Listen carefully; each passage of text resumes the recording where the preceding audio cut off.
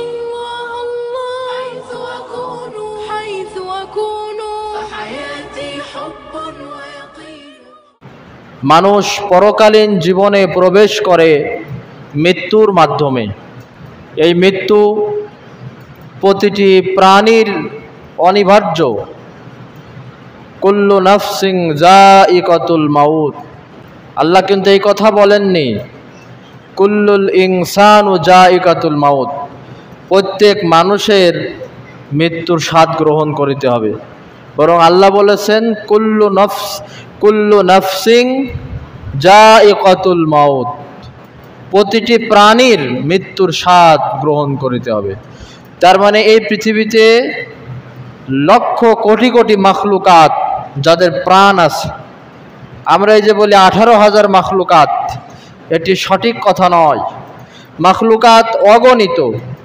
এখনও অনেক নতুন নতুন প্রাণী, কীটপতঙ্গ, এগুলোর অনুসন্ধান বিজ্ঞানীরা করছে, পাচ্ছে তারা নতুন নতুন প্রাণী।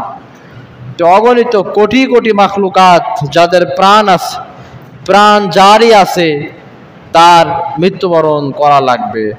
উদ্ভিদের প্রাণ আছে, গাছের প্রাণ আছে, কীটপতঙ্গের প্রাণ আছে, মানুষের প্রাণ আছে। প্রাণ যারই আছে তাকেই মৃত্যুর স্বাদ গ্রহণ করা লাগবে। আল্লাহ কিন্তু এই কথা বলেননি মৃত্যুবরণ করা লাগবে, মৃত্যুর স্বাদ গ্রহণ করা লাগবে। তাহলে মৃত্যুর একটা স্বাদ আছে। আমরা দুনিয়ার জীবনে মামলার সম্মুখীন হই। মামলা কিছু আছে বৈধ মামলা, কিছু আছে অবৈধ বা গায়েবী মামলা। এই মামলা যার মাথার উপরে ঝোলে, যিনি মামলার বোঝা মাথায় নিয়ে ঘোরেন, ওই ভুক্তভোগী লোক বোঝেন মামলার বিষয়টা কি। কেউ বা এইরকম বাস্তবতার সম্মুখীন হয়েছে যে মামলার হাজিরা দিতে দিতে 20টা 25টি মামলা, এক এক থানায় এক একটা মামলা, সে হাজিরা দিতে দিতেই তার জীবন শেষ। রক্ত বিক্রি করে মামলার হাজিরা দেওয়ার রেকর্ড আমাদের দেশে আছে। তো এই মামলা, দুনিয়ার জীবনের মামলা যদি কারোর মাথার উপরে থাকে, তাহলে সে যেমন টেনশনে থাকে, ঘুমাতে পারে না নিজের বাড়িতে, বনে জঙ্গলে পানের বরজে আত্মীয়র বাড়িতে নিজেকে আত্মগোপনে রাখতে হয়। দুনিয়ার এই মামলাকে আমরা ভয় পাই। আল্লাহ তাআলা প্রতিটি মানুষের মাথার উপরে কয়েকটি মামলা ঝুলন্ত অবস্থায় রেখেছে, যেই মামলাগুলো প্রতিটি মানুষের জীবনে আসবে, কোনো সন্দেহ নাই। সেই ঝুলন্ত মামলার প্রথম মামলা হচ্ছে মৃত্যু। এই মৃত্যু নামক মামলা, প্রথম মৃত্যু নামক মামলা, পরকালীন জীবনে প্রবেশ করার প্রথম পথ, প্রথম সেক্টর, প্রথম মঞ্জিল, প্রথম স্টেশন মৃত্যু। এই মৃত্যু নামক মামলা আমাদের মাথার উপরে ঝুলছে। যে কথা বললাম, আল্লাহ মৃত্যুবরণ করা লাগবে এমনটি না বলে বলেছেন মৃত্যুর স্বাদ গ্রহণ করা লাগবে। প্রতিটি প্রাণীর মৃত্যুর একটা স্বাদ আছে। এই মৃত্যু নামক মামলাটা যখন আমরা সম্মুখীন হব এই মামলাটির সাথে, তখন আমাদের এই মামলাটির মোকাবেলা আমাদের কিভাবে করতে হবে বা কিভাবে করব। এখন এই মৃত্যু আপনাকে টাইম, দিন, ক্ষণ, মাস, তারিখ, সময় বলে বা অ্যালার্ম দিয়ে, মিস কল দিয়ে এই মৃত্যু আপনার সামনে আসবে না। এটা যে কোনো সময় চলে আসবে, হঠাৎ করে চলে আসবে, সামনাসামনি সাক্ষাৎ হয়ে যাবে এই মৃত্যু। কঠিন একটি বাস্তবতা। কিন্তু এই মৃত্যু নিয়ে আমরা ব্যস্ত না, মৃত্যুর প্রস্তুতি নিয়ে আমরা ব্যস্ত না। মালাকুল মাউত আজরাইল যখন আমাদের সকলের কাছে আসবে, এমনও পরিস্থিতিতে আমাদের জান কবজ এটা হবে কিভাবে, ভালো অবস্থায় না খারাপ অবস্থায়? যে মৃত্যুর যে একটা স্বাদ আছে, এই স্বাদটা আমরা কেমন অবস্থায় পাব, এটা আমাদের কোরআন এবং হাদিস থেকে জানতে হবে। ইমানদার ব্যক্তির মৃত্যু একরকম হবে, বদকার ব্যক্তির মৃত্যু আর এক রকম হবে। যদি আমি ইমান অবস্থায় দুনিয়াতে চলাফেরা করি, মৃত্যুটা যদি আমার ইমানের হালতে হয়, ইমানের হালতে মৃত্যু হওয়ার জন্য দুনিয়াতে ভালো ভালো কাজ করা লাগবে এবং আল্লাহর কাছে ইমানে মৃত্যু চাইতে হবে। আমরা কিন্তু আল্লাহর কাছে ইমানি মৃত্যু, শাহাদাতের মৃত্যু চাই না। মৃত্যু তো আমাদের হবে, এতে কোনো সন্দেহ নাই, কিন্তু এই মৃত্যুটা কিভাবে হবে, এই মৃত্যুটা কি ভালোভাবে, আমরা সকলেই তো চাই। এজন্য আমাদের শেষ কথা যার লা ইলাহা ইল্লাল্লাহ, সে তো জান্নাতি, কালেমা পড়তে পড়তে যাতে আমাদের মৃত্যু হয়, সেই দোয়া আমরা কয়জন ব্যক্তি আল্লাহর কাছে করি? আল্লাহ সর্বশ্রেষ্ঠ মৃত্যু শাহাদাতের মৃত্যু আমারে নসিব করো। মরা তো লাগবে, আজ হোক আর কাল হোক। আপনি আমার উপরে জুলুম করবেন, নির্যাতন করবেন, অন্যায়ভাবে আমারে হত্যা করবেন, করে আপনি কি আজীবন টিকে থাকবেন? আপনাকেও তো মরা লাগবে। সুতরাং এই ভালো মৃত্যুর জন্য আল্লাহর কাছে চাইতে হবে, আমল করতে হবে। মৃত্যু নামক মামলা আমাদের মাথার উপরে ঝুলছে, এই মামলা থেকে রেহাই, ভালো মৃত্যু যাতে আমাদের হয়, ফেরেশতারা যাতে সুন্দর করে জান্নাতের সুগন্ধিযুক্ত কাফনে, হাদিস শরীফের ভিতরে বলা হয়েছে যে কলস থেকে যেভাবে পানি ঢাললে পানিটা আস্তে আস্তে সুন্দর করে মগে গিলাসে পড়ে, ইমানদার ব্যক্তির রুহুটা তার শরীর থেকে, ইমানদার ব্যক্তির রুহুটা তার শরীর থেকে ঠিক সুন্দরভাবে ধীর স্থিরভাবে আরামে ফেরেশতারা বের করে নিয়ে আসে।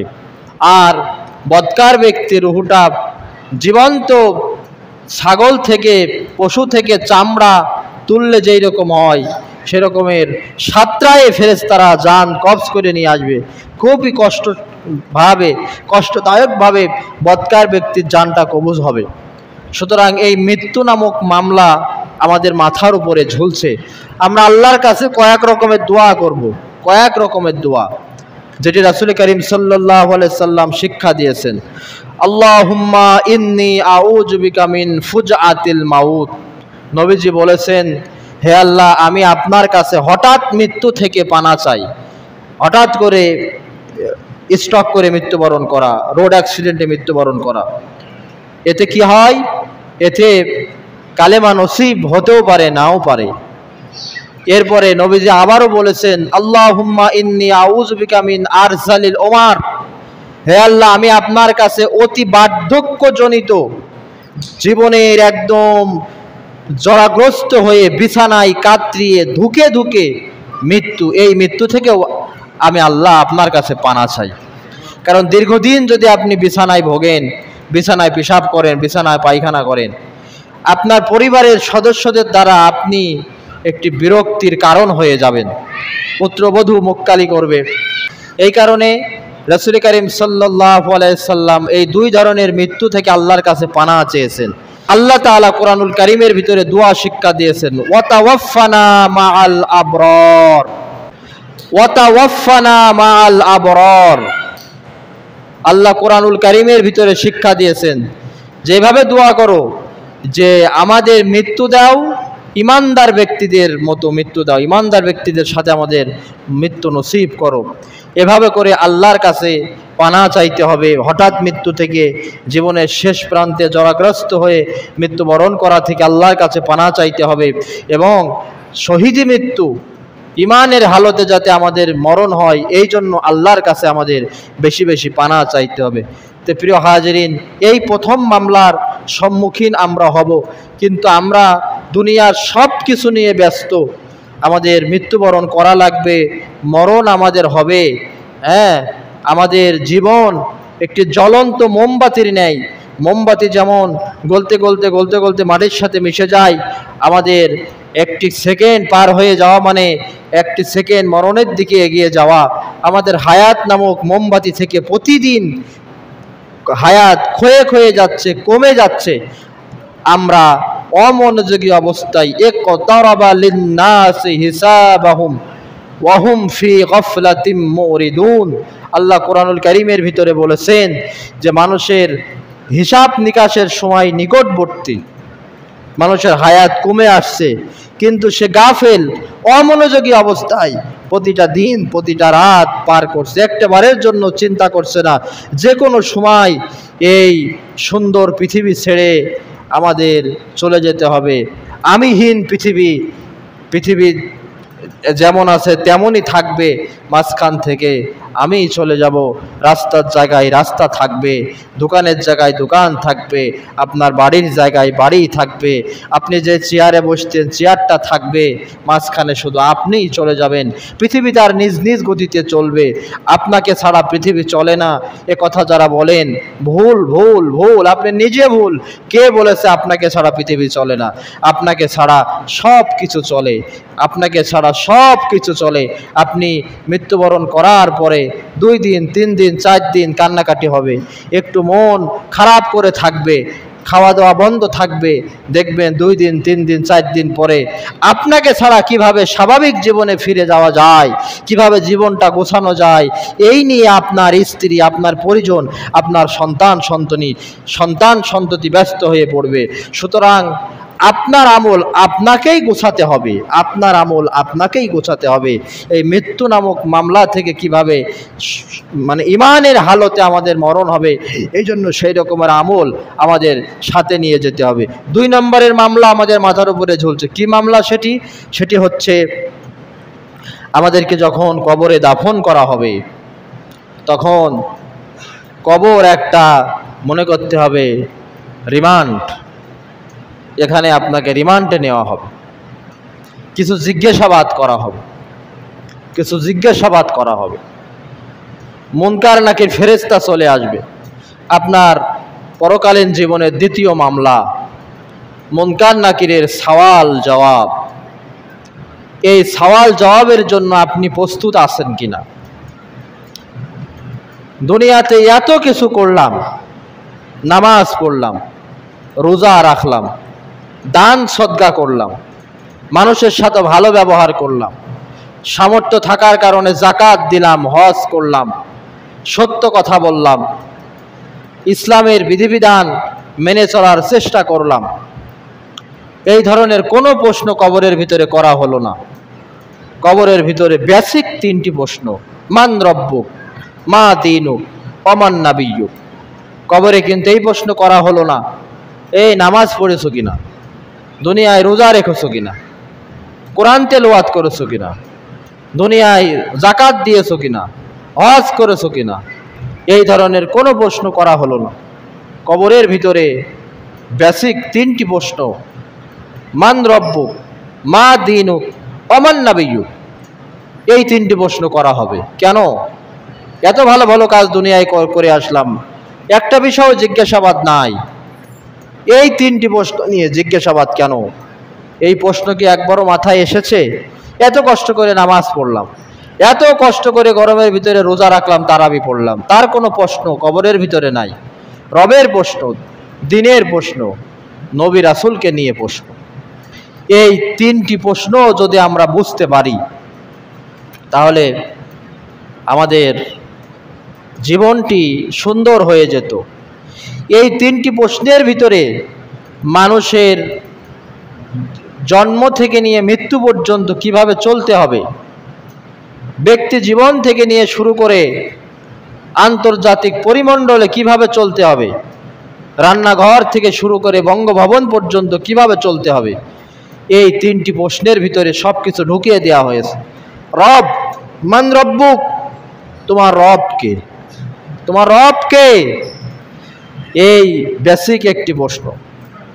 দুনিয়াতে কত জায়গায় রবের স্বীকৃতি দেওয়া, নামাজ পড়তে যে কতবার রবের নাম আনা, আলহামদুলিল্লাহি রাব্বিল আলামিন, সূরা ফাতিহায় রবের কথা, রুকুতে যে সুবহানা রাব্বিয়াল আযীম, রবের নাম, সেজদায় যে সুবহানা রব্বিয়াল আলা, রবের নাম। কোরআনের একাধিক সূরার ভিতরে রবের নাম। এরপরে কোরআনের প্রথম আয়াত নাজিল হলো ইকরা বিইসমি রব্বিকাল্লাযী খলাক, সেখানেও রবের কথা। কোরআনের শেষ সূরা কুল আউযু বিরব্বিন নাস, সেখানেও রবের কথা। আবার যখন কবরে চলে যাচ্ছে সেখানেও যে মান রব্ব, তোমার রব কে। এতবার রবের কথা বলার পরেও কবরে যে মান রব্ব, তোমার রব কে, কি কথা। তাহলে এই রব জিনিসটা একটা বিরাট অর্থ, রব শব্দটি বিরাট একটি অর্থ বহন করে, বিরাট একটি তাৎপর্য বহন করে। রব শব্দের অনেকগুলো অর্থ আছে।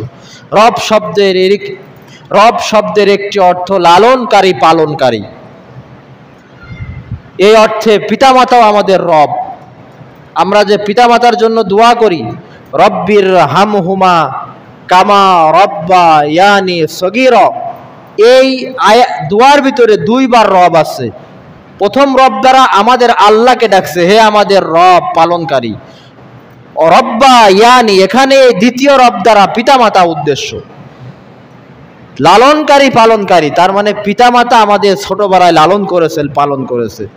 তা আমরা আল্লাহর কাছে বলছি, হে আমাদের রব, ও আমাদের লালনকারী পালনকারী, ছোট্ট অবস্থায় আমাদের আব্বা আম্মা যেভাবে আমাদের লালন করেছেন, পালন করেছেন, তুমি কবরে তাদেরকে সেভাবে লালন করো, পালন করো। রব অর্থ লালনকারী, পালনকারী। আল্লাহ আমাদের রব, আল্লাহ আমাদের লালন করেছেন, পালন করেছেন। সারা পৃথিবীর রব, প্রাণীর রব। কিভাবে লালন করেছেন, পালন করেছেন? সন্তান যখন পৃথিবীতে আসেন, তখন এই সন্তান পৃথিবীর যে খাবারগুলো আছে, ভারী খাবার, এই খাবার খাইতে পারে না, চিবিয়ে খাওয়া, তার দাঁত নেই। আল্লাহ তাআলা রব, লালনকারী, পালনকারী। তিনি মায়ের স্তনে সন্তানের জন্য সুমিষ্ট, সুপ্রিয়, পুষ্টি দুধ আল্লাহ তাআলা দিয়ে দিয়েছেন, যেটা পুষ্টি, ক্ষুধা এবং পানি উভয়টি নিবারণ করে। এই সন্তান যখন আস্তে আস্তে বড় হয়, ওর যখন শক্ত খাওয়ার মতো বয়স হয়ে যায়, দাঁত যখন উঠে যায়, আস্তে আস্তে আস্তে আস্তে আল্লাহ তাআলা মায়ের স্তনের দুধটাও তুলে নেন। এই যে একটা সুন্দর ডিসিপ্লিনের মাধ্যমে আল্লাহ তাআলা আমাদের লালন করছেন, পালন করছেন, তিনি হচ্ছেন রব। ছোট্ট শিশু মায়ের কোলে যখন আসে, এই 2 বছর 3 বছর, ওই শিশু পিতামাতার কোলে, আত্মীয় স্বজনের কোলে ওঠে, হাত দিয়ে নাড়াচাড়া করতে পারে। একটি শিশু হাঁটাচলা করতে বয়সে পৌঁছাতে কমপক্ষে 1 বছর 1.5 বছর লেগে যায়। ওর আব্বা আছে, ওর মা আছে, তাদের হাত আছে, হাত দিয়ে শিশুকে লালন পালন করে। কিন্তু খেয়াল করে দেখেন, মানুষের বাচ্চা পৃথিবীতে এসে 1.5 বছর বা 1 বছর 2-3 মাস পরে দাঁড়াতে শেখে। মানুষ বাদে আর যত প্রাণী আছে, হাঁস, মুরগি, গরু, ছাগল, ভেড়া, এরা ভূমিষ্ঠ হয়েই হাঁটতে পারে, দৌড়তে পারে। রাজহাঁস, পাতিহাঁস ডিম থেকে ফুটেই পুকুরে সাঁতার কাটতে পারে। এখানে আল্লাহ তাআলা রব, তিনি প্রমাণ দিয়েছেন যে ওই মানুষের হাত আছে, পা আছে, বাচ্চাদের কোলে নিতে পারে। হাঁস, মুরগি, গরু, ছাগল প্রাণীর ওদের হাত নেই, ওরা ওদের বাচ্চাদেরকে যদি মানুষের বাচ্চার মতো 8 মাস 10 মাস কোলে নিয়ে ঘুরে বেড়ানো লাগতো, সেই রকমের সুযোগ অন্যান্য প্রাণীদের হতো না। এই কারণে আল্লাহ তাআলা তাদের এই ব্যবস্থা করেছেন। আমাদের বাংলাদেশের বেশ কিছু প্রাণী, কুকুর বলেন, ভাল্লুক বলেন, শিয়াল বলেন, এদের শরীরের যে পশম, লোম, এই লোমগুলো ছোট ছোট। কারণ বাংলাদেশের আবহাওয়া না শীত না গরম, যেখানে শীত প্রধান দেশ, 12 মাস বরফ জমে থাকে, সেই এলাকার প্রাণীগুলোর, বাঘ, ভাল্লুক, এরপরে আপনার শৃগাল, এই প্রাণীগুলোর লোম বাংলাদেশের প্রাণীর লোমের চাইতেও লম্বা লম্বা, কারণ সেখানে 12 মাস বরফ পড়ে, শীত থাকে। আল্লাহ লম্বা লম্বা লোম দিয়ে একটা স্থায়ী কম্বলের ব্যবস্থা করে দিয়েছেন। সুবহানাল্লাহ। এই যে এই ব্যবস্থা লালন করছে, পালন করছেন সব কিছু, এই জন্য তিনি হচ্ছেন রব।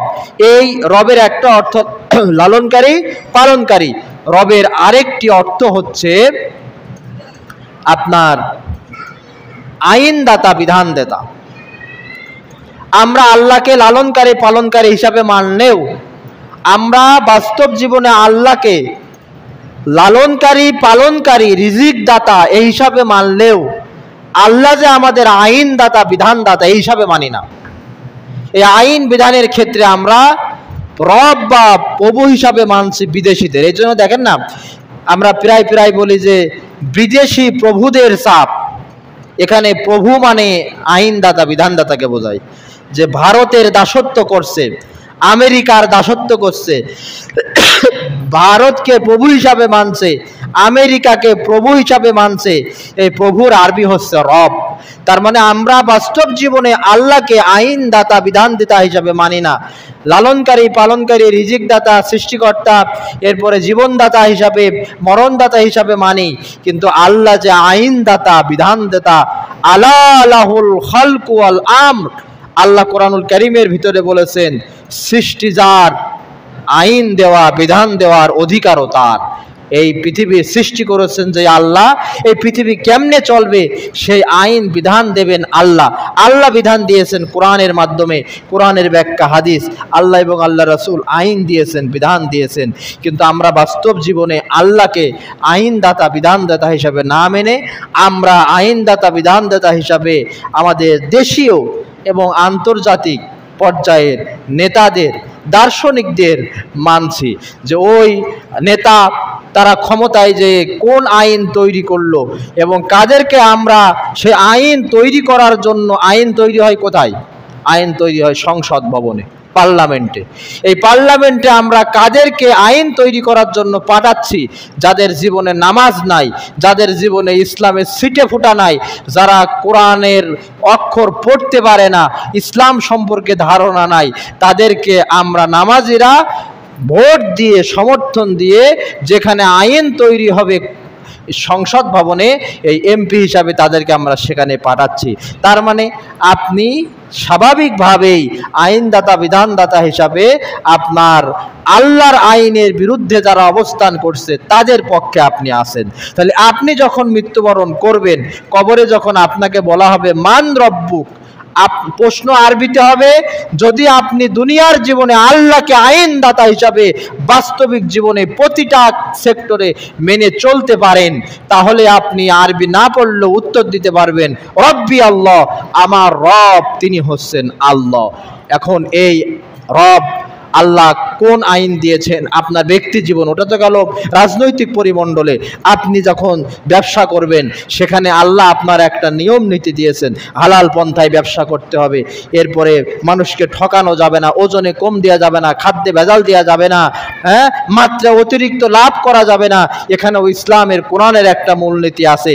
যদি আপনি সেখানে এই আইন মানেন তাহলে ব্যবসার ক্ষেত্রে আপনি আল্লাহকে আইনদাতা হিসাবে মানছেন, বৈবাহিক ক্ষেত্রে আপনি আল্লাহকে রব হিসাবে মানছেন কিনা, মোহরানা দিয়ে আল্লাহ তাআলা ফরজ করেছেন সেখানে আপনি সেটা পালন করছেন কিনা, এরপরে আপনি যদি আরো অনেক যে কোনো ক্ষেত্রে গেলে আল্লাহর আইন আছে না, এই আল্লাহর আইনগুলো যদি আমরা বাস্তব জীবনে মেনে চলতে পারি, যেই যাকে শুধু আমরা আমাদের অবস্থায় সেই রকম আমরা আল্লাহকে রব হিসাবে মানছি শুধু মসজিদে, মসজিদের ভিতরে আল্লাহকে রব হিসাবে মানছি, আর মসজিদ থেকে বের হলেই আমরা আল্লাহকে বাদ দিয়ে অন্যান্য মানুষদেরকে রব হিসাবে মানছি।